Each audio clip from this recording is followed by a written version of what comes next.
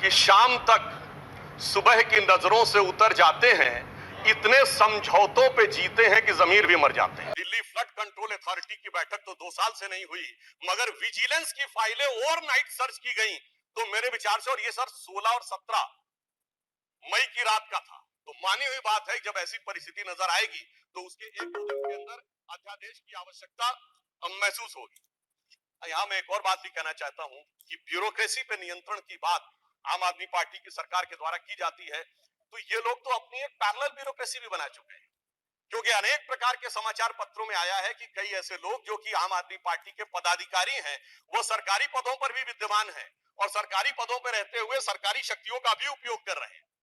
वैसे ये लोग बहुत दावा करते हैं, इन्होंने बहुत सारी चीजें फ्री दिया, कुछ 100 रुपए दिल्ली की जनता को कुछ मामलों में फ्री मिला, और अपने लोगों को कई मौकों पे, कई जगहों पे, दर्जनों से ऐसे लोग हैं जिनको लाख लाख, 1.5 लाख की तनख्वाहें मिली।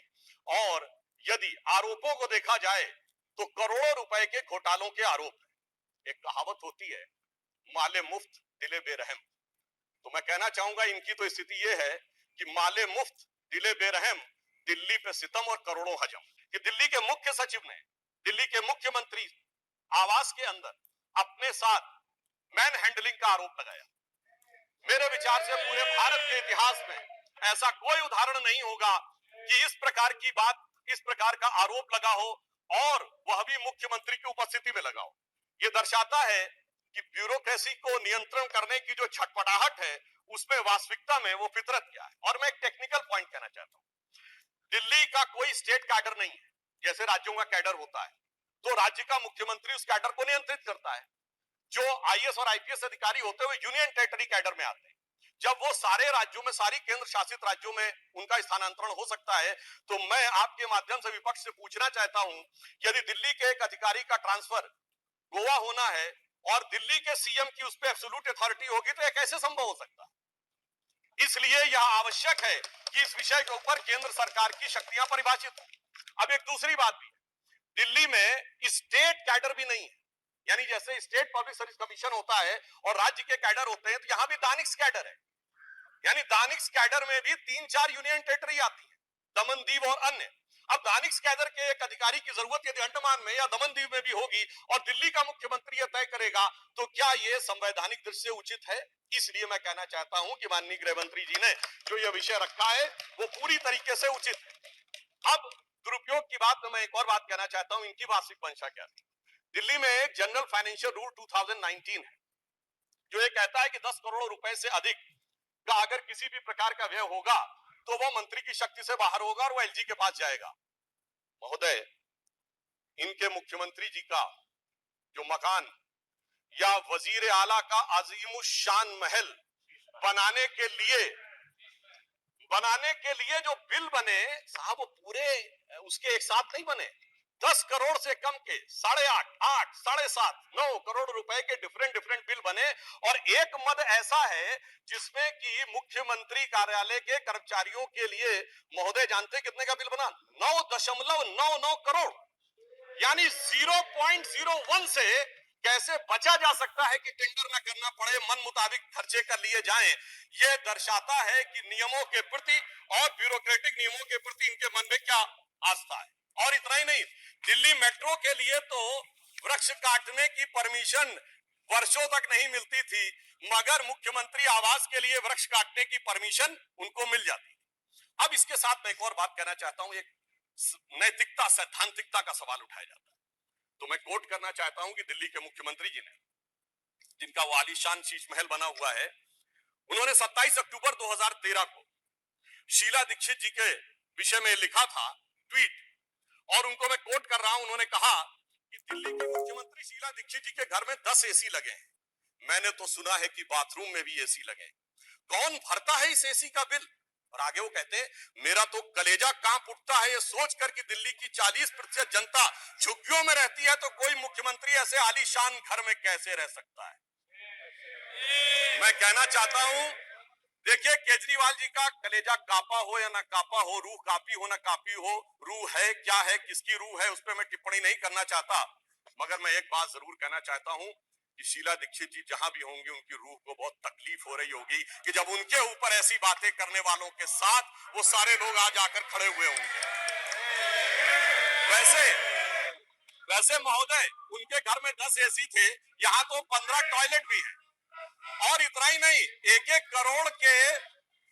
करोड़ रुपए के पर्दे भी लगे हुए हैं। और 1 करोड़ रुपए के पर्दे का एस्टीमेट है। और इतना ही नहीं, अब सुनिए, उनके सामने एक दूसरी समस्या हो गई है। ये अभी तक जो बातें चल रही थी, अब उनके सामने ये समस्या है कि उन चीजों को कैसे छुपाएं। देखिए, मैं इनके लिए कहना चाहूंगा कि अब उनकी फितरत जग जाहिर हो चुकी है। तो आज आम आदमी पार्टी की स्थिति यह है कि अब जो चेहरे से जाहिर है छुपाएं कैसे, तेरी मर्जी के मुताबिक नजर आए कैसे। अब इस घर को सजाने का तसव्वुर हुआ बात की बात, अब तो मुश्किल है कि इस घर की हकीकत को छुपाएं कैसे। और यहां पे इसके बाद मैं कटाक्ष के बाद एक बात करुणा के साथ कहना चाहता हूं कि अन्ना हजारे के आंदोलन से निकली हुई वो पार्टी जो एक कमरे के मकान में रहते थे और उससे निकली हुई पार्टी आज सैकड़ों करोड़ के आलीशान मकान में रहती हैं, तो मैं कहना चाहता हूं कि दिल्ली की जनता और जिन जिन लोगों ने उस आंदोलन का समर्थन किया उनके ऊपर भी एक आघात है। और साथ ही साथ ये एक बात का और भी संकेत देता है, फूड फॉर थॉट है देश के लोगों के लिए, कि एक्सपेरिमेंटल पॉलिटिक्स कई बार बड़े विचित्र परिणाम भी देती है। अब किसी नए नवेले प्रयोग को आजमाने का वक्त नहीं है, बल्कि आजमाए हुए मोदी जी के नेतृत्व को चमकाने का वक्त। और बहुत से लोग ये कहते हैं, संवैधानिक नैतिकता का प्रश्न उठाते हैं कि अध्यादेश क्यों लाया गया। अध्यादेश के लाने का तात्कालिक कारण मैंने बता दिया। और वैसे मैं अपने विपक्ष के लोगों के सुलभ संज्ञान के लिए बता देना चाहता हूं कि इन लोगों ने कितनी बार अध्यादेश लाए हैं। नेहरू जी के सरकार में 70 बार, इंदिरा जी के जमाने में 77 बार, राजीव जी के समय में 35 बार, नरसिम्हा राव जी के समय में 77 बार, मनमोहन सिंह जी के समय में 61 बार, और जो यूनाइटेड फ्रंट गवर्नमेंट बनी थी भाजपा विरोध में, उसमें 1.5 साल में 77 बार। तो मुझे लगता है अध्यादेश का विषय उठाने से पहले इस अंक गणित को भी देख लेना चाहिए। अब मैं एक और बात कहना चाहता हूं, जो संविधान की दुहाई देते हैं उनके लिए, ये तो वो लोग हैं सभापति महोदय जिनकी संविधान में क्या आस्था है। इन्होंने संसद के द्वारा पारित सीए कानून के खिलाफ विधानसभा में प्रस्ताव पारित कर दिया। यह संविधान का सम्मान है। और वो सिटीजनशिप अमेंडमेंट एक्ट था। नागरिकता का विषय तो पूर्ण राज्य का भी विषय नहीं हो सकता, और तो उसके बावजूद दिल्ली सरकार ने पारित कर दिया। तो इसका अर्थ हुआ कि ये जिस प्रकार के कार्य करते हैं उनका संविधान में कोई आस्था नहीं है। और अभिषेक मनु सिंघवी जी अभी कह रहे थे इलेक्टेड गवर्नमेंट, तो मैं याद दिलाना चाहता हूं, after the 72nd and 73rd constitutional amendment there are 3 tier of government, जिसमें एक म्युनिसिपल और जिला पंचायत, एक स्टेट और एक सेंटर। तो मान्यवर, ये तो राजीव गांधी जी लाए थे। तो आपके मन में ना ऊपर वाली इलेक्टेड गवर्नमेंट के लिए सम्मान है, ना नीचे वाली, जो कि चंद महीने पहले तक तो ये एमसीडी से भी लड़ते थे और दिल्ली से भी लड़ते थे। तो जब आप कॉन्स्टिट्यूशनल वैलिडिटी की बात करें तो मेरे विचार से तीनों गवर्नमेंट की बात होनी चाहिए। और केंद्र सरकार के संबंध में केंद्र से अधिक संवैधानिक शक्ति इलेक्टेड गवर्नमेंट में इस विषय के ऊपर किसी और की नहीं हो सकती। और मैं एक और बात वेदना के साथ कहना चाहूंगा, ये तो वो लोग हैं जिन्होंने गणतंत्र दिवस की परेड पर भी संवैधानिकता की बात करते हैं, संविधान लागू हुआ उसकी पूर्व संध्या पे प्रदर्शन किया था। महोदय, मैं बताना चाहता हूं कि जिस समय इमरजेंसी लगी थी तब भी हमने कभी 15 अगस्त और 26 जनवरी के दिन राजनीति करने का प्रयास नहीं किया। तो वो लोग जब संवैधानिकता की दुहाई देते हैं तो बहुत आश्चर्य लगता है। और जब बार बार यह स्पष्ट किया जा चुका है कि फुल स्टेट नहीं है महोदय, मगर ये फुल स्टेट से भी संतुष्ट होने वाले नहीं, इन्हें तो सुपर स्टेट चाहिए। और फुल स्टेट से सुपर स्टेट की दौड़ में मुझे डर इस बात का है कि मेंटल स्टेट में भी ना पहुंच जाए कहीं, तो कोई आश्चर्य की बात नहीं हो सकती है। और यह बात इसलिए कह सकते हैं कि 49 दिनों की वो सरकार, जब कांग्रेस पार्टी ने इनकी पालकी ढोकर सत्ता की दहलीज पहली बार पार कराई थी, उसके द्वारा अगर आप पारित इनका लोकपाल विधेयक देख लें तो उसमें संसद और सुप्रीम कोर्ट और जाने क्या क्या सारी चीजों को एक में मिला लिया गया था।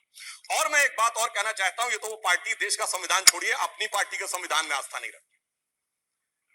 जब आम आदमी पार्टी बनी थी तो उसके संविधान में व्यवस्था थी कि उनका अध्यक्ष या संयोजक 3 वर्ष के लिए होगा और अधिकतम 2 बार होगा। मगर जो मीडिया में प्राप्त समाचारों के अनुसार 3 साल पहले उन्होंने वो संविधान में चेंज कर दिया। यानी अब जीवन पर्यंत या अपनी इच्छा के प्रसाद पर्यंत केजरीवाल जी इस विषय के ऊपर रह सकते हैं। तो मैंने इसलिए कहा ना, अपने संविधान के बारे में बात करिए। और मैं ये भी कहना चाहता हूं कि इन्होंने अपनी कार्यकारिणी में ऐसे भी प्रस्ताव पारित किए हैं संविधान के संदर्भ में कि साहब इनके यहां परिवार के भी कितने लोग काम कर सकते हैं, जो मेरे विचार से बड़ी बड़ी परिवार वाली पार्टियों ने भी कभी अपने पार्टी के प्रस्तावों में इन प्रस्तावों को नहीं पारित किया होगा। और मैं ये भी कहना चाहता हूं कि बहुत आश्चर्य लगता था कि जब ये इंडिया अगेंस्ट करप्शन के स्वरूप से आगे बढ़े थे, तब एक ही पंक्ति में बता देना चाहता हूं, क्योंकि जब आप इसकी बात करते तो क्या क्या नहीं था, कहां से बात शुरू हुई थी। हम राजनीति में नहीं आएंगे, फिर कसम खाते कांग्रेस का साथ नहीं लेंगे, फिर उसके बाद बंगला नहीं लेंगे, फिर शपथ खाते गाड़ी नहीं लेंगे, फिर शपथ खाते सुरक्षा नहीं लेंगे, और आज स्थिति यह है। मैं सिर्फ ये कहना चाहता हूं कि जितनी बातें ये कहते थे वो सारी चीजें आवश्यक है, मगर ये दर्शाता है, क्योंकि मैं किसी की सुरक्षा के प्रति खिलवाड़ करने की बात नहीं करता। पंजाब जैसा राज्य संवेदनशील है, वहां के मुख्यमंत्री के पास सुरक्षा होनी चाहिए, परंतु मैं सिर्फ ये कहना चाहता हूं कि ये इस बात में जो कहना चाहते हैं कि इन्होंने कितना बदलाव किया है मान्यवर, इसलिए कभी कभी इनके 10 वर्ष के अंदर चरित्र में इतना बदलाव, ये कहते सबसे जल्दी सत्ता में आए। महोदय मैं कहना चाहता हूं, भारतीय जनता पार्टी और जनसंघ हम 1951 में बने, हमने 72 साल में कभी कांग्रेस से समझौता नहीं किया, इन्होंने 72 दिन में समझौता किया, अब ये सत्ता में आए। और इसलिए आज दिल्ली की जनता अपने को ठगा हुआ महसूस करती है, और शायद दिल्ली के लोग ये कह रहे होंगे कि मैं समझता था वो कितने मासूम थे, क्या से क्या हो गए देखते देखते, जिनको पत्थर से हमने बनाया सनम वो खुदा हो गए देखते देखते।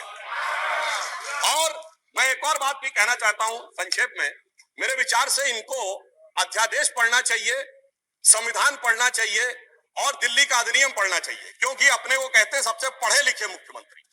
तो मैं ये भी बताना चाहता हूं कि ये सबसे पढ़े लिखे मुख्यमंत्री जो अपने को सबसे हाई क्वालिफिकेशन का नाज रखते हैं, 2-3 उदाहरण उनके ही बता देना चाहता हूं। जिस समय कोविड की वेव चरम के ऊपर थी, तब इन्होंने क्या कहा, इन्होंने कहा कोविड वैक्सीन का फार्मूला सारी कंपनियों को क्यों नहीं दे दिया जाता। मान्यवर, कोविड वैक्सीन तो छोड़िए, पैरासिटामोल जैसी जो दवा भी अमेरिका ने उस समय हमसे मंगाई थी। अब कोई पढ़ा लिखा व्यक्ति ये कह सकता है कि वो चूरन की तरह फार्मूला सबको दे दिया जाए। तो कभी कहते हैं कि यूट्यूब के ऊपर फिल्म क्यों नहीं लाद दी जाती है, अरे भाई वो सरकार का अधिकार का क्षेत्र नहीं है। और फिर इतना ही नहीं, सिंगापुर में इनको बुलाया, इनविटेशन आता मेयर्स कॉन्फ्रेंस का, तो मुख्यमंत्री होते हुए जाना चाहते हैं।